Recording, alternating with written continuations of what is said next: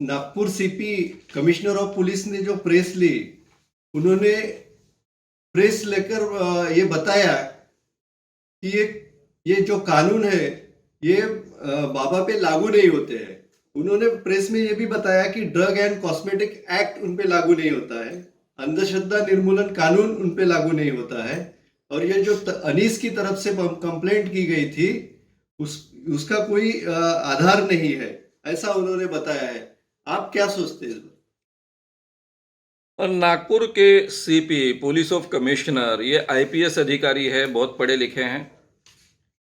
इसके बारे में किसी के मन में डाउट नहीं होना चाहिए।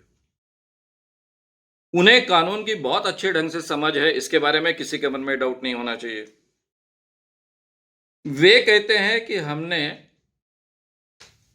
बाबा के बारे में जो कंप्लेंट आई वो कंप्लेंट के बारे में बहुत विस्तार से अभ्यास किया और उसके आधार पर हमें लगता है कि उनके ऊपर कोई भी कानूनन कार्रवाई करने की आवश्यकता नहीं है या फिर कानूनी कार्रवाई नहीं की जा सकती है।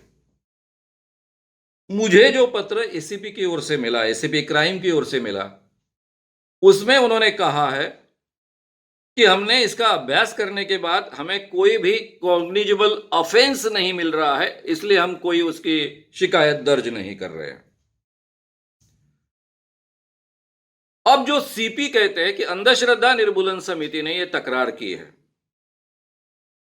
अब हमारे सीपी जी ने, नागपुर के पुलिस आयुक्त ने, पुलिस कमिश्नर ने कितना अभ्यास किया इसका उत्कृष्ट उदाहरण है। ये कंप्लेंट अखिल भारतीय अंधश्रद्धा निर्मूलन समिति ने की ही नहीं है। ये कंप्लेंट जो दी गई वो महाराष्ट्र शासन की एक बॉडी है, जादूटोना विरोधी कायदा प्रचार प्रसार अंमलबजावणी समिति।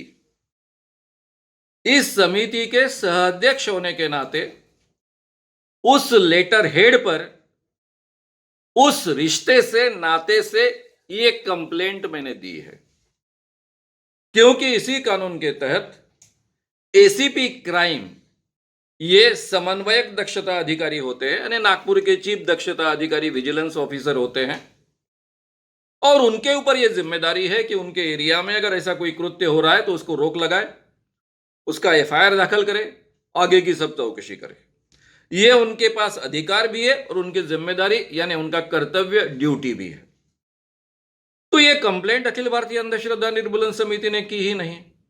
मैंने पहले ही कहा कि पुलिस कमिश्नर बहुत पढ़े लिखे व्यक्ति होते हैं, आईपीएस अधिकारी होते हैं। उनको ये दो में का फर्क अगर पता नहीं है तो उन्होंने कितना अभ्यास किया आपके ध्यान में आया होगा। कि ये शासन की कमेटी की ओर से तकरार है ये भी उनको पता नहीं है, इतना उनका अभ्यास है। बाद में उनका अभ्यास कितना है वो कहते हैं अंधश्रद्धा निर्मूलन कायदा।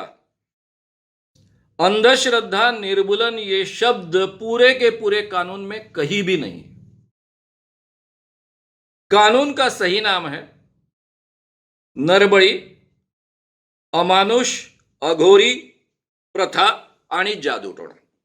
अनिष्ट प्रथा ये भी बीच में नाम है, यानी नरबळी, अमानुष, अनिष्ट, अघोरी प्रथा व जादूटोणा, ये इस कानून का नाम है। इस कानून को शॉर्ट में बोलने के लिए जादूटोणा विरोधी कानून अधिकृत तरीके से गवर्नमेंट के सिस्टम में कहा जाता है। जो ये कमेटी का लेटर हेड है उस पर भी जादूटोणा विरोधी कायदा प्रचार प्रसार अंमलबजावणी समिति ऐसा नाम है। यानी उनको यह भी पता नहीं है कि इस कानून का नाम क्या है। तो इसका मतलब ऐसा है कि उन्होंने कानून का कितना इन डेप्थ अभ्यास किया आपके ध्यान में आया होगा। तीसरा वो कहते हैं drugs and magic cosmetic act. Drugs and magic cosmetic act का इसके साथ कोई संबंध नहीं है, ये अलग एक्ट है।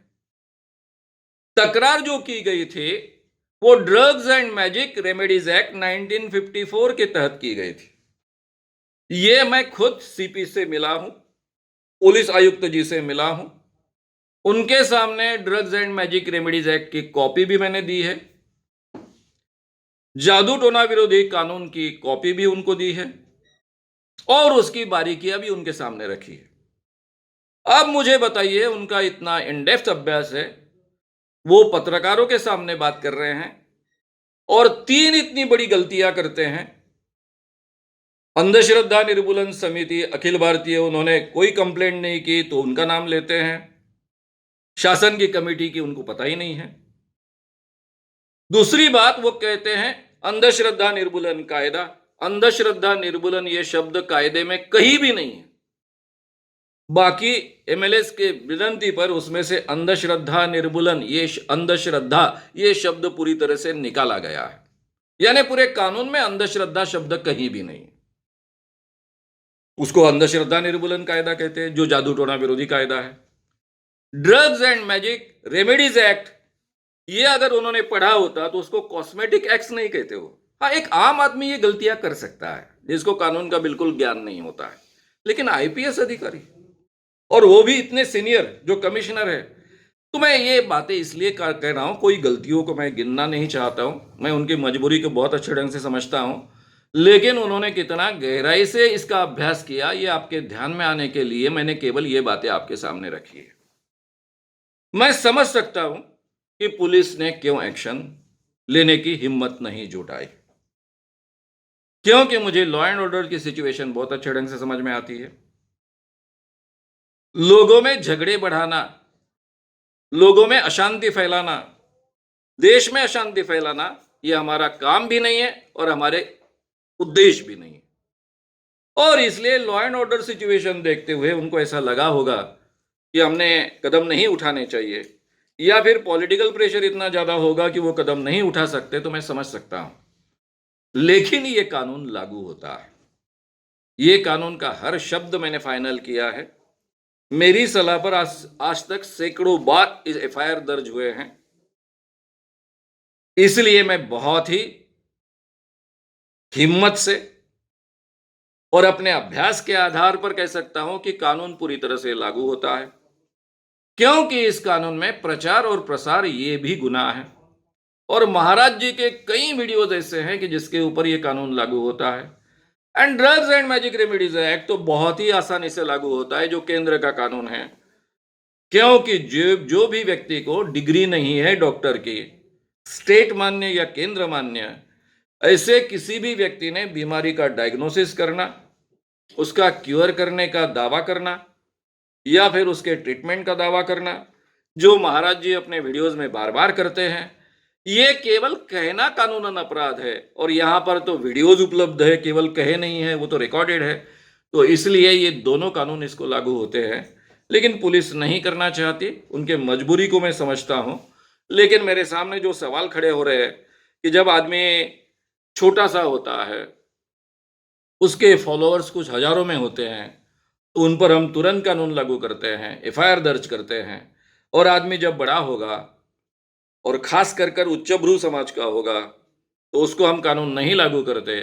तो स्टेट ने ये निर्णय लेना अभी आवश्यक हो गया है कि हम कानून को ऐसे सिलेक्टिवली उपयोग में लाएंगे या सबके लिए समान कानून होगा।